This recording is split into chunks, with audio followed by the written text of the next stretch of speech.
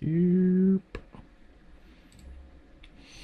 welcome to Too Long Didn't Care. I'm your host, Koi Mac. I read the news so you don't have to. And today's news is really fun because Cardi B thinks she wants to run to be a politician.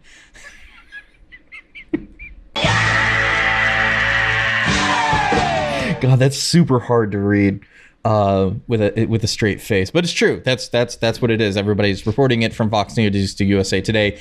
Cardi B wants to run as a politician. Now, over the last couple of days, she has been tweeting that I think I want to be a politician. I really love government, even though I don't agree with government. And another one, she says, I do feel like I can go back to school and focus up. I can be part of Congress. And the expletive part right here that they're missing in USA Today is dead ass. That she used the word dead ass. I dead ass have so much ideas that make sense.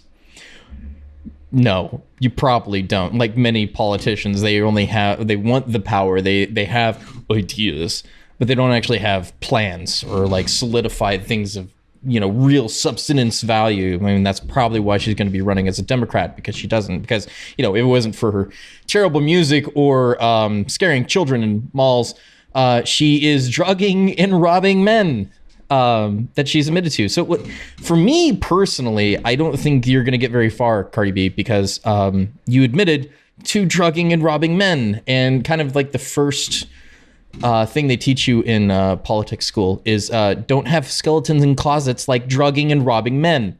So, yeah. Speaking of skeletons, the Iranians are on the back wall right now because they have multiple protests over the last few days. And surprisingly and not surprisingly, the Democrats are completely silent on that. Most celebrities that are left-leaning that were, all in support of no war with Iran are completely silent on the fact that their regime in Iran is being protested against and, wanting the resignation of the leader for shooting down Flight 752. The other thing with that is very interesting is nobody is showing support for their pro-democracy protests.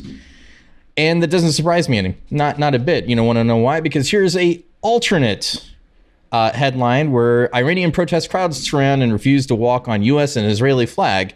If you haven't seen the pictures, they're floating around. But one of the scholars that they have cited in this, and they use in the front headline, is Iranian protesters are likely very aware that the Iranian regime uses legitimate grievances against the United States and Israel to deflect criticism. So, in a sense, they're saying that the U.S., they have legitimate grievances against the United States, kind of like we have legitimate grievances. You shot down a plane full of civilians, you killed a U.S. contractor, you attacked a embassy.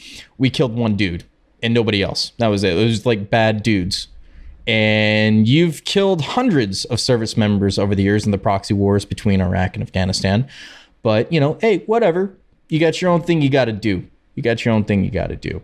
So now this will probably continue on, and they will completely be silent, and no Twitter mobs are going to be coming out in support for the protests in Iran, just like they haven't gone for the protests in Hong Kong. But anyway, those are kind of the top stories for today. I will see you next time, folks, and I'm out.